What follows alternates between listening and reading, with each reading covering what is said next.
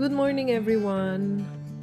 I'm Anna Marben. Welcome to my channel, Anne's Healthy Kitchen. For today's video, we are going to make a roasted chicken. So, just stay with me and we will start with the ingredients.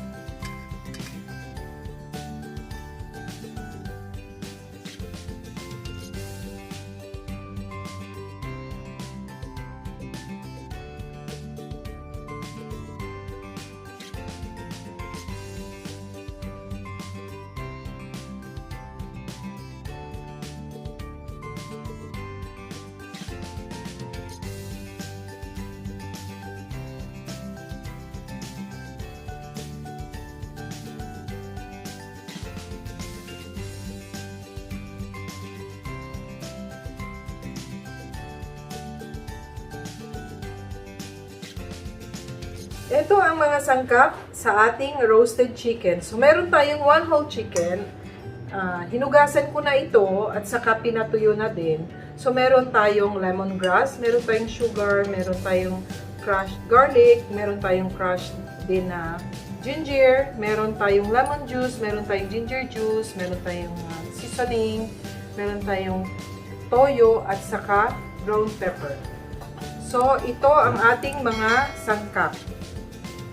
Meron tayong oregano leaves na flakes na siya at saka meron din tayong rosemary.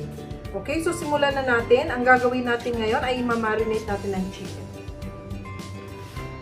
So, ang gagawin natin guys is ilagay muna natin ang ating sugar. Dapat sana brown sugar pero wala tayong brown sugar. So, ilagay natin ito lahat. Okay, yung mga ating mga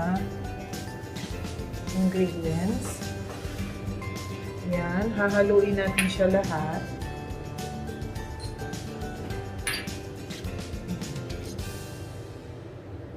Yan.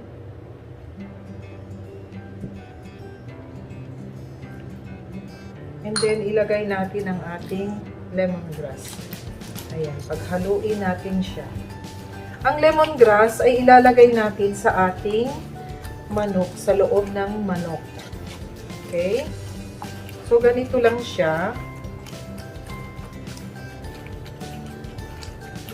Kahit ganito lang siya kaunti, okay na yan. Kasi, i-marinate natin yung chicken. Mamaya pa naman natin siya lulutuin para pumasok talaga ang kanyang lasa sa loob ng manok. So, eto na.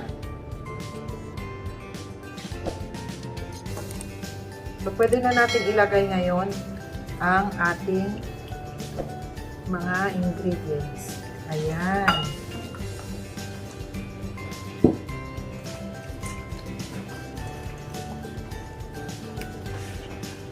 Pwede natin ilagay ang ating manok. Okay. At saka itong ating mga lemongrass, ha? Ilagay natin ito sa loob ng ating manok. Sandali. Okay.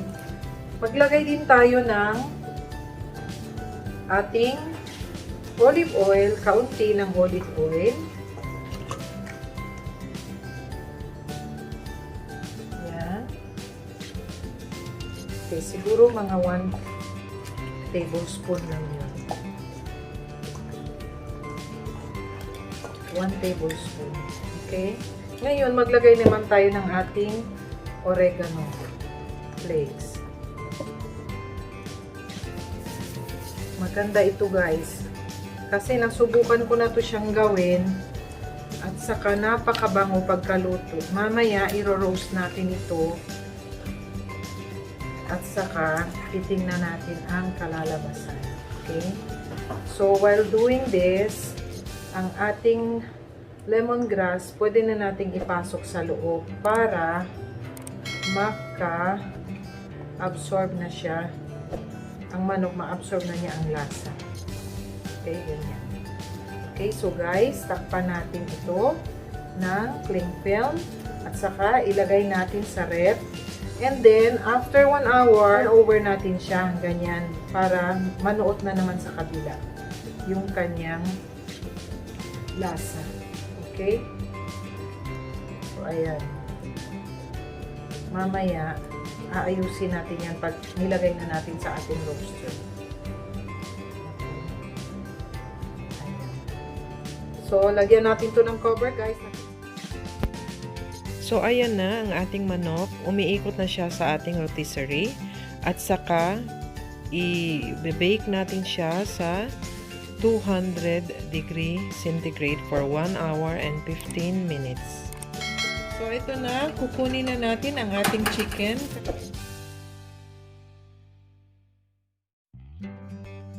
So, ito na ang ating roasted chicken. Ang ganda-ganda talaga ng kanyang kulay at napakasarap na talagang kainin. So guys, kung nagustuhan nyo ang video ito, pa-like naman, pa-share na din, and subscribe to my channel. And then, don't forget to hit the notification bell for more uploads.